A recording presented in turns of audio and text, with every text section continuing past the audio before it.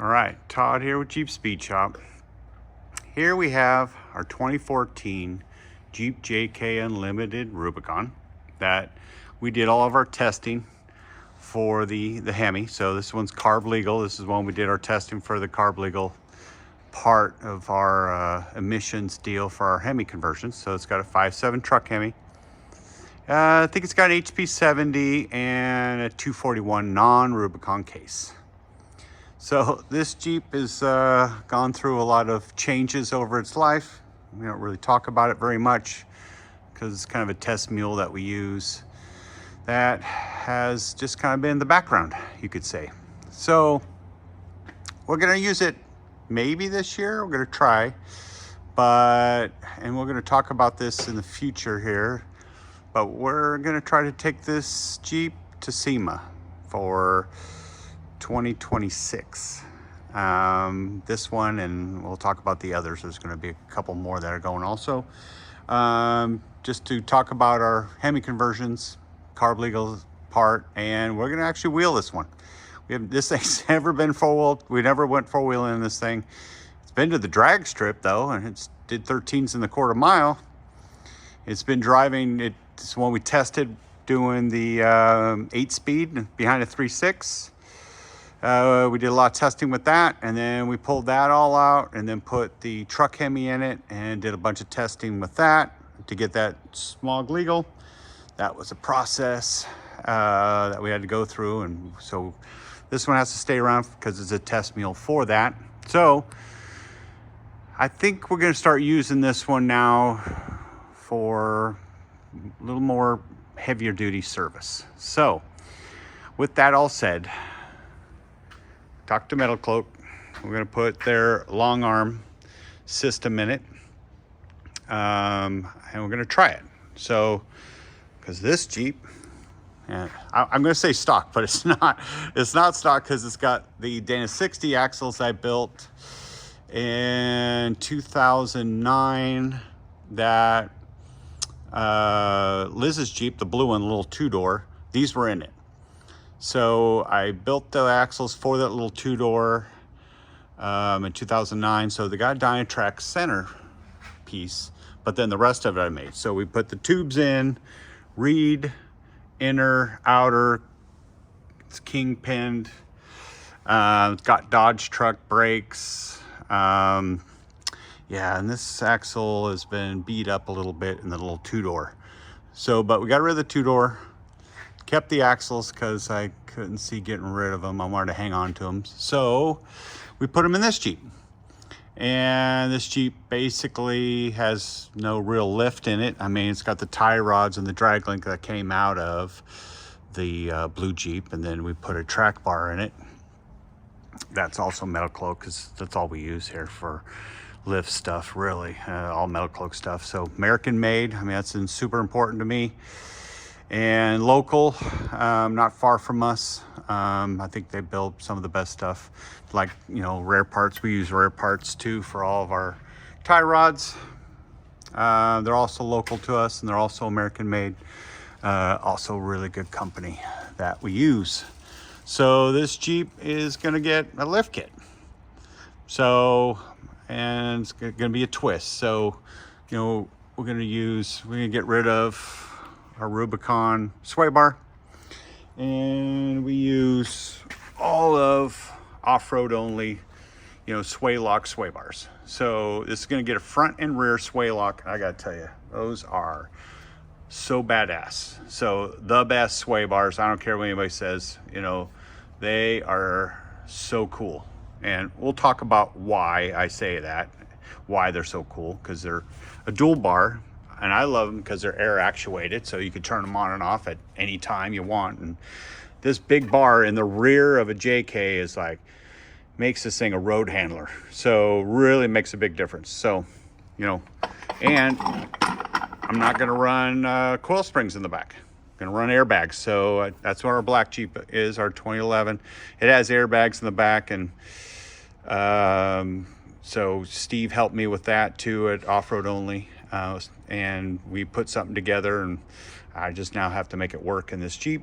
but it'll work because we did it in the black one, so it'll work on this one too. So, and Liz is actually, ta-da, gonna be doing this lift kit. So she's gonna be installing all this. So as you can see, she's organized. She has everything all laid out, where things go. She reads instructions. So this should work out well. And then these are some shocks that we had in another Jeep of ours. So a lot of hand-me-downs and whatever, right? But we're gonna put these shocks in it and test. And yeah, we're just getting this thing prepped and ready for this next leg of the process here. So, you know, as you can see, this one's got headers in it. We're trying to figure out how to make those legal, but I don't know if we're gonna get there or not. And it's got other cats in it. We'll probably put the CARB cats back in it. Just been doing testing. Like I said, this is our test mule. We just try a lot of stuff in it. And sometimes stuff works, sometimes it don't.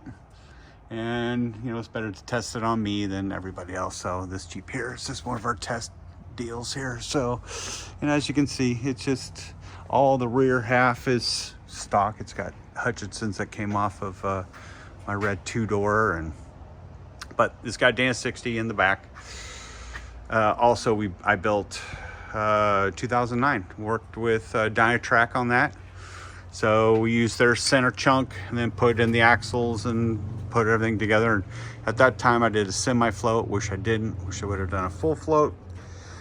But did this a long time ago, and that wasn't really a thing back then, it seemed like. So, because I wanted to reuse the brakes. So we're not gonna use the 6-pack shocks. Not gonna say there's anything wrong with it. I'm not. I think they're probably fine. But I have a set of King shocks that I had dialed in for a JK a while back. So we're gonna probably use those, test with that.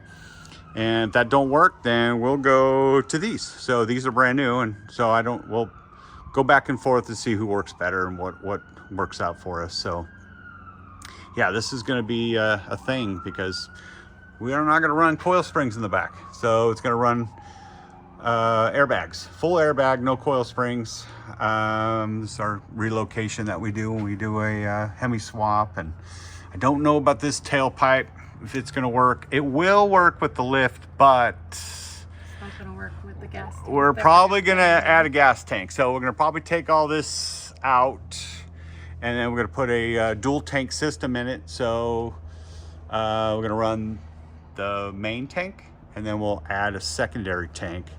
And with the black Jeep, we were able to get like 600 miles on the fuel in the Jeep. So it's kind of cool. So yeah, I don't know what else to add, but this is a project that we're going to be working on. Hopefully take this on a few trips, you know, this year. You know, this year's coming up to an end, but you know, it's also got 1350 drive shafts from Jim at JKUR. He's the best.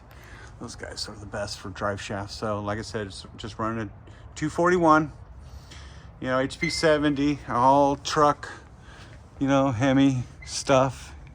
So this is it's a good Jeep. This one got whacked and salvaged. Yeah, it's but it's good for what we use it for.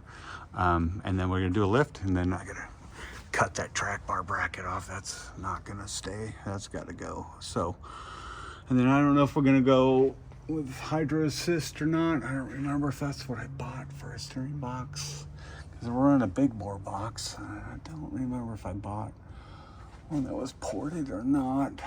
So yeah, I don't remember. No, I don't think it is. So yeah, guess we're not. I guess we're not gonna run steering stable or steering ram. So, and then we gotta get rid of this.